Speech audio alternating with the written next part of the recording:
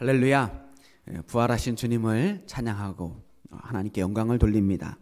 오늘 선포되는 이 부활의 복음이 우리 모두에게 축복과 은혜의 말씀이 되기를 축복합니다. 오늘은 오랫동안 기다렸던 부활주일입니다. 부활주일, 주님께서 다시 살아나셨음을 기억하면서 함께 기뻐하는 주일입니다.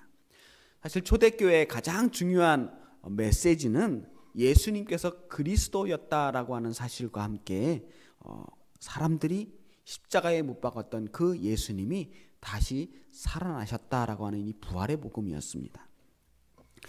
오늘 말씀이 그 부활에 대한 첫 번째 목격자들의 이야기입니다. 안식 후 첫날 제일 먼저 예수님의 무덤을 찾아갔던 여인들이 있었습니다. 오늘 우리가 읽은 마가복음 말씀에서는 막달라 마리아와 야고보의 어머니 마리아와 그리고 살로메가 부활의 첫 번째 증인이라고 전하고 있습니다. 그런데 마태복음을 읽어보면 막달라 마리아와 다른 마리아라고 말하고 있고요. 누가복음에서는 막달라 마리아와 요한나와 야고보의 어머니 마리아와 또 그들과 함께한 다른 여자들이라고 말하고 있습니다. 마지막으로 요한복음에서는 막달라 마리아의 이름만 등장을 합니다. 정확하게 누가 부활의 첫 번째 증인인지 조금씩 차이는 있지만 분명한 것은 부활의 이 첫 번째 증인들은 여인들이었다라고 하는 사실입니다. 복음서마다 서로 좀 명단이 다른 것은 이때 무덤을 찾아갔던 사람들이 한두 사람이 아니라 여러 사람들이었음을 알려줍니다. 그리고 이 사람들이 많기 때문에 저마다 기억하고 있는 사람들이 조금은 차이가 있을 수 있기 때문입니다. 자, 분명한 것은 이 여인들이 부활의 새벽 로마 군인들이 무덤을 지키고 있고 무거운 돌문이 가로막고 있는 것을 알면서도 이 여인들이 예수님의 무덤을 찾아갔다라고 하는 것입니다. 가부장적인 사회에서 여인들이 여성으로 살아간다는 것은 참 힘든 일입니다. 저는 그 마음을 정확하게 알 수는 없지만 미루어 짐작하건대 오늘도 여전히 이 사회는 가부장적인 사회이고 2000년 전에는 더욱더 그것이 심했다라고 하는 사실입니다. 그 당시 여인들은 오직 남성의 의존에서만 살 수 있었습니다. 누군가의 아내나 누군가의 어머니로서만 사회적인 위치를 보장받을 수 있었고, 만약 누군가의 아내나 어머니가 아니면 아무런 유산도 소유도 보장되지 않는 그런 사회에서 살았습니다. 그래서 남편이나 아들이 없는 이 여인들은 정말로 힘든 삶을 살 수밖에 없었어요. 그런데 우리가 복음서를 읽다 보면 어느 순간 예수님을 따르는 무리들 중에서 여인들의 이름이 등장합니다. 그리고 그 여인들은 계속 예수님을 따라다니다가 마침내 예루살렘까지 따라왔습니다. 그리고 그들의 존재감이 점점 커지기 시작해요.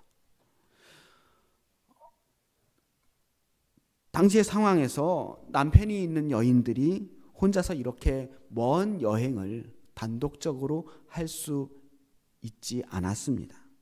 그러니 틀림없이 예수님을 따르는 여인들은 남편이나 가족으로 묶여 있지 않는 소외된 여인들이었음에 틀림없습니다. 이 여인들은 똑같은 사람이었지만 당시에는 하나의 인격체로 대접받지 못했습니다. 인구를 셀 때도 여성들은 세지도 않았어요. 오직 남성들의 숫자만 셌고요. 법정에서 증인이 될 자격도 얻지 못했습니다. 사람 취급받지 못했다는 거예요. 그런데 이런 여인들이 부활의 첫 번째 증인이 되었다는 것입니다. 여성들이 부활의 증인이 되었다는 사실만으로도 그 당시에는 혁명적인 일이라고 할 수 있습니다. 여성들이 하는 말에 아무도 귀 기울이지 않는 그런 시대에 여성들이 최초의 증인으로서의 역할을 감당하게 됐다는 거예요. 왜냐하면 이 여인들이 가장 먼저 이 빈 무덤을 찾아갔기 때문입니다. 이 여인들의 용기와 믿음, 그것이 스스로의 말에 힘을 실어준 것입니다. 로마 군인들이 무서워서 혹은 예수님을 미워하는 다른 군중들이 무서워서 십자가의 죽음이 두려워서 골방 속에 숨어있던 다른 수많은 제자들과는 달리 이 용감한 여인들은 그 두려움을 떨쳐 일어나 아침 일찍 예수님의 빈 무덤을 찾았고 부활의 첫 번째 증인이 되어서 다른 사람들에게 이 부활의 소식을 전해줍니다. 누구도 이 여인들의 말을 무시할 수 없었습니다. 이 여인들은 숨어있던 자신들보다 훨씬 용감했고 이 여인들 앞에서 자신들은 한없이 초라하고 부끄러웠을 것입니다. 이 여인들의 믿음은 그 어떤 두려움도 떨칠 만큼 간절했고 신실한 믿음이었습니다. 무엇이 이 여인들을 이렇게 강하게 만들었을까요? 일단 이 여인들이 어떤 사람들인지를 살펴봤으면 좋겠어요. 그 중에 가장 먼저 등장하는 사람 막달라 마리아가 있습니다. 막달라 마리아는 예수님의 발을 향유로 씻겨드렸던 바로 그 여인이었습니다. 마리아라는 이름이 그 당시에는 너무나 흔한 이름이라 그냥 지나가다 발에 채이는 게 마리아예요. 그래서 이 이름 앞에 어디 출신인지 혹은 누구의 어머니인지로 이 마리아를 구분해야만 했습니다. 그러니까 막달라 마리아라는 이름은 막달라라고 하는 마을 출신의 마리아라는 것입니다. 어떤 사람들은 이 막달라 마리아가 간음을 하다가 잡혀왔다가 주님께 용서를 받은 그 여인으로 생각하기도 하는데 아무리 성경을 읽어봐도 간음한 여인과 막달라 마리아와의 상관관계를 직접적으로 찾을 수가 없었습니다. 오히려 마가복음 16장 9절에 등장하는 7 귀신 들렸다가 예수님이 고쳐주신 바로 그 여인, 그 여인이 막달라 마리아라고 보는 주장이 더 설득력이 있습니다. 막달라 마리아는 예수님께 고침을 받은 이후로 자기가 받은 은혜가 얼마나 고마운지 그 이후로 계속해서 예수님을 따라다닙니다. 누구보다도 예수님에 대한 깊은 사랑과 존경을 온몸을 다해 표현합니다.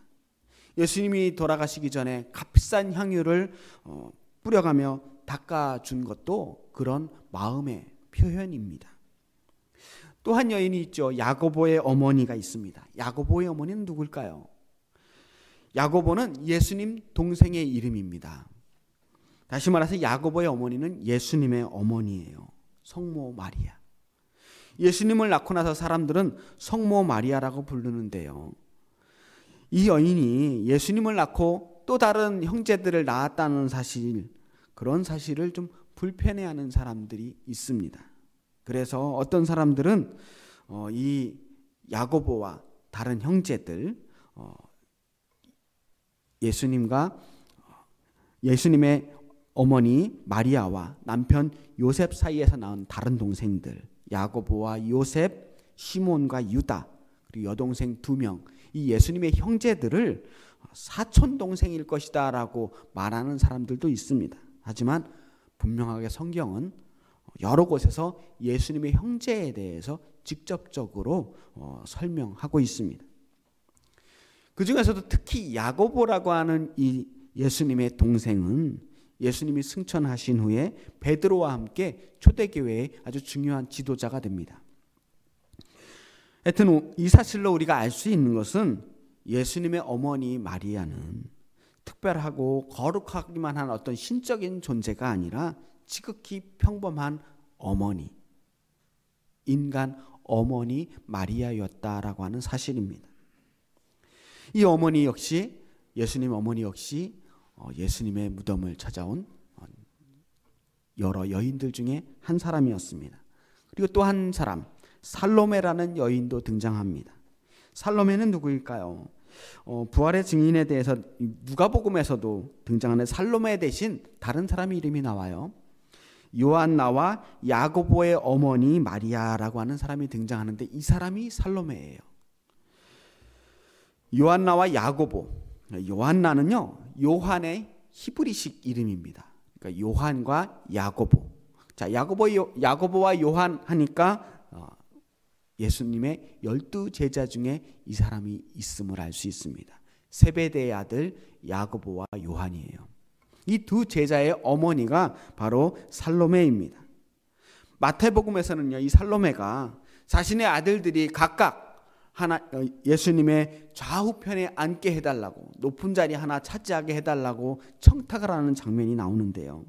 그 바람에 다른 제자들이 화를 나게 하는 그 사건의 주인공이기도 합니다.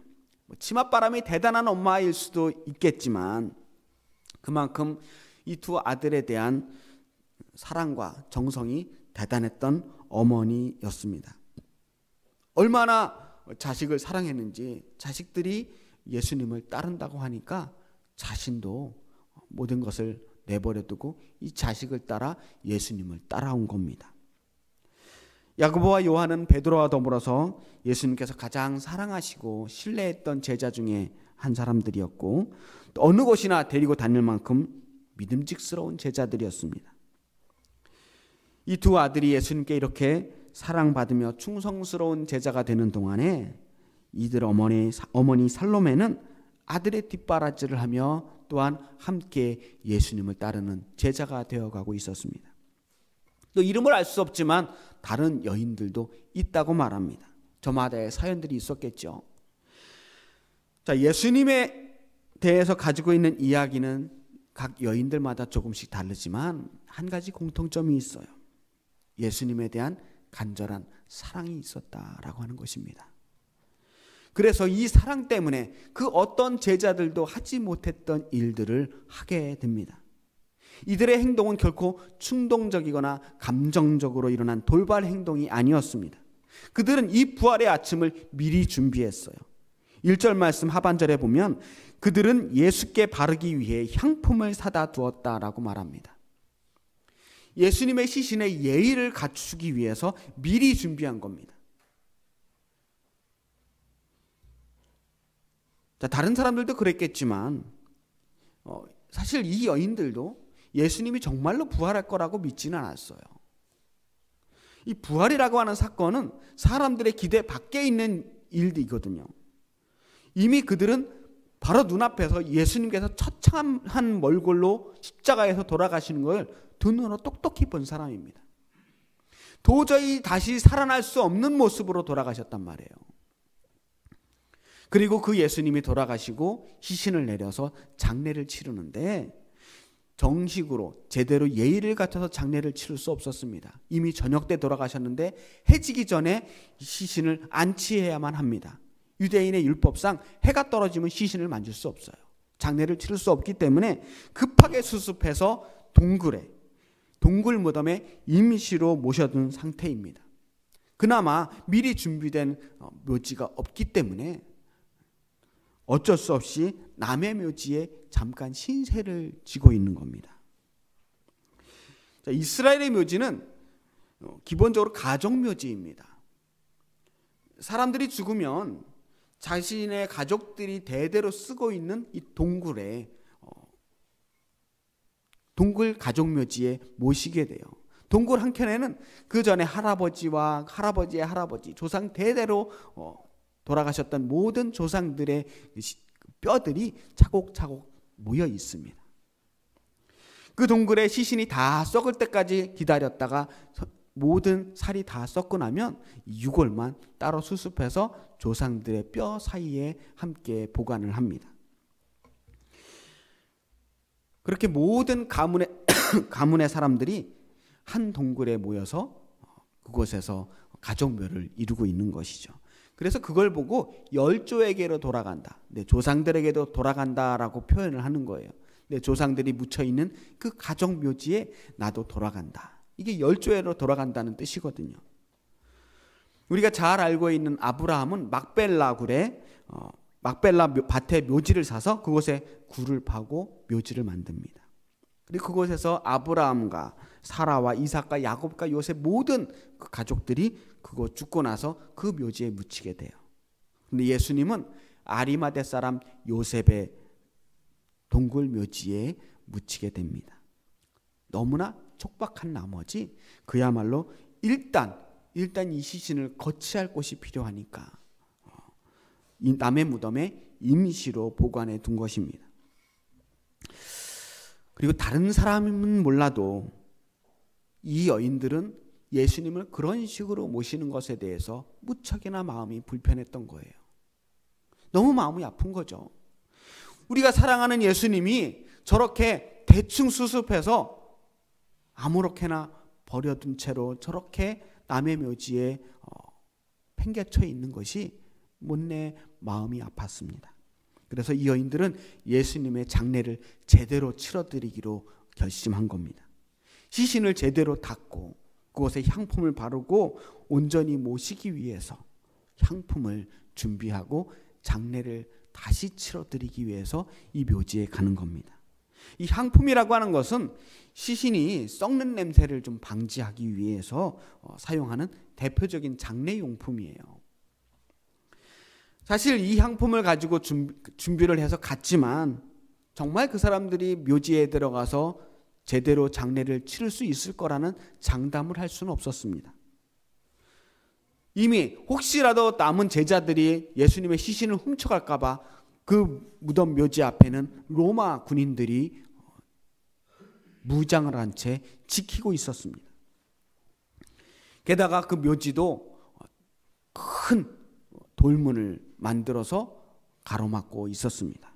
여인들이 옮기기에는 너무나 무거운 돌문이에요. 자신들이 감당할 수 있는 일이 아니었습니다. 하지만 그걸 알고 있으면서도 이 여인들은 아침 일찍 이 무덤을 향해 나아갑니다. 할 수 없다고 하더라도 가야 했어요. 아무리 두려워도 갈 수밖에 없었습니다. 자신들의 연약함을 알지만 아무것도 안 해보고 그저 골방에 틀어박혀서 울고만 있을 수는 없었던 것입니다. 뭐라도 한번 해봐야겠다. 안 되더라도 한번 가봐야겠다. 그런 마음인 거죠. 우리가 가서 로마 군인이 혹시 지키고 있다면 울며 불며 붙잡고 사정을 하든지 돌문을 열기 위해 젖먹던 힘까지 써가면서 몸부림을 치든지 혹은 아무것도 하지 못하더라도 그 앞에서 펑펑 울고라도 와야겠다.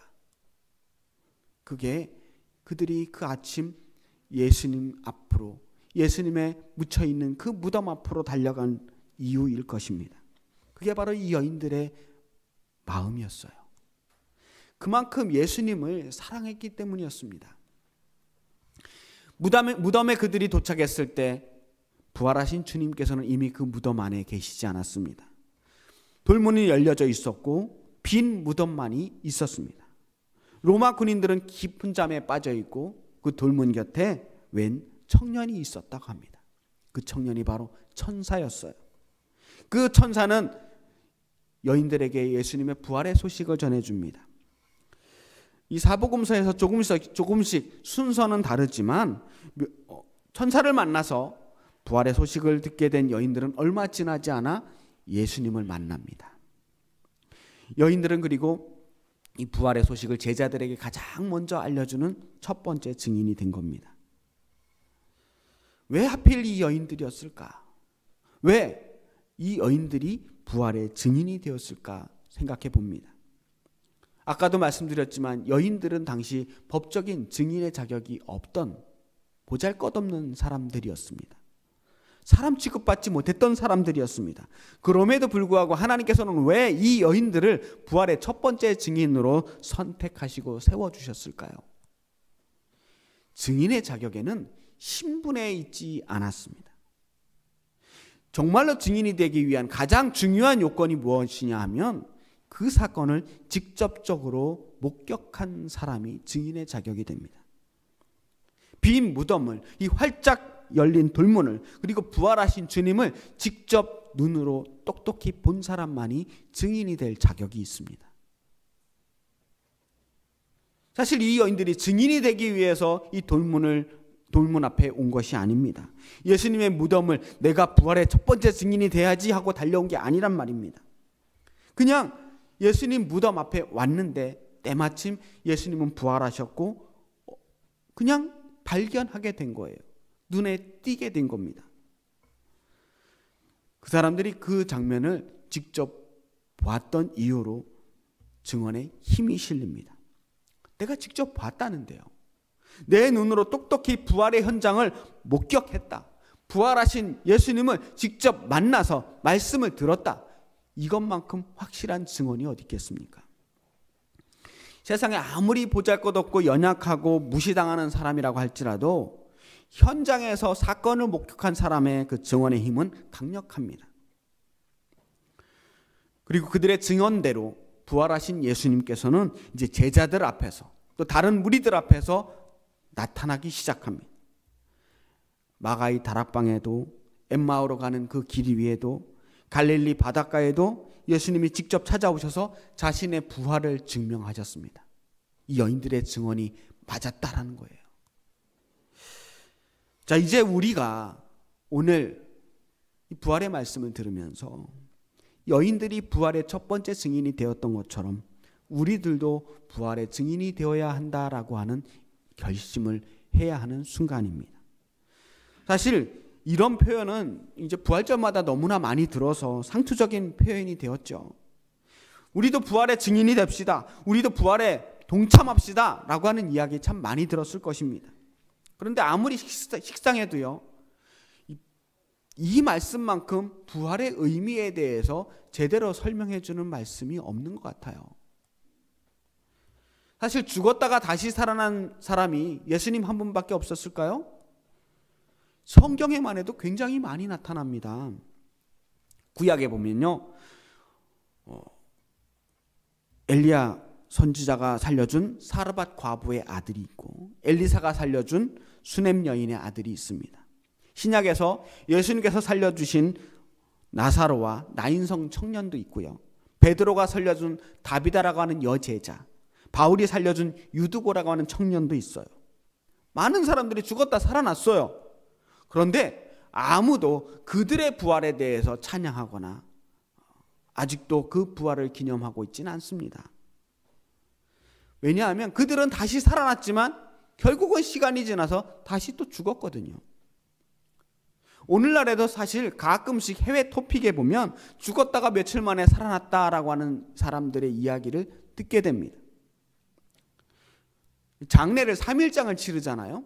장례 3일장 치르게 된 것도 사실 시신이 3일 안에 언제든지 다시 살아날 수도 있기 때문에 생겨난 풍습이라고 해요. 3일 정도는 지나야 이 사람이 완전히 죽었다라고 판정이 되는 것이죠. 하지만 아무리 죽었다가 다시 살아났다고 하더라도 그들이 다시 살아난 것은 죽음이 잠시 미뤄진 것이지 죽음을 완전히 이긴 것은 아니라는 것이죠. 그리고 이 부활의 사건이 과거에 한번 일어났던 어떤 사건으로만 기억된다면 그 사건이 오늘 우리에게 무슨 의미가 있겠어요? 그냥 신기하고 놀라운 일 뿐입니다. 나와는 아무 상관이 없는 해프닝에 불과한 거예요. 나랑 그 부활이 상관이 있을 때 그 일이 오늘날에도 여전히 우리에게 의미가 있는 것입니다. 예수님의 부활 사건은 2000년이 지난 오늘 우리에게도 여전히 의미 있는 사건이어야 하는 것입니다. 예수님께서는 죽음을 이기시고 영원한 생명을 보여주셨습니다. 예수님 자신만 그렇게 살아나신 것이 아니라 예수님을 믿는 사람이면 누구든지 영원한 생명을 약속해 주셨어요. 죽음을 이기셨기 때문에 이제는 죽음이 인생의 끝이 아니라는 것을 알려주십니다. 그리고 그때 2000년 전에 다시 살아나셨던 예수님은 지금 오늘을 살아가는 우리들에게도 여전히 나타나고 계십니다. 우리들의 삶 속에 나타나시고 우리 곁에 동행하시고 우리를 끊임없이 구원의 길로 인도해 주시는 그 살아계신 예수님이 우리와 함께 있는 것입니다. 우리의 부활절은 과거 2000년 전에 일어났던 부활의 에피소드를 기념하는 데서 그쳐서는 안 됩니다. 그 부활하신 주님이 오늘날 바로 나에게도 지금 찾아와 주시는 분임을 믿어야 하는 것입니다.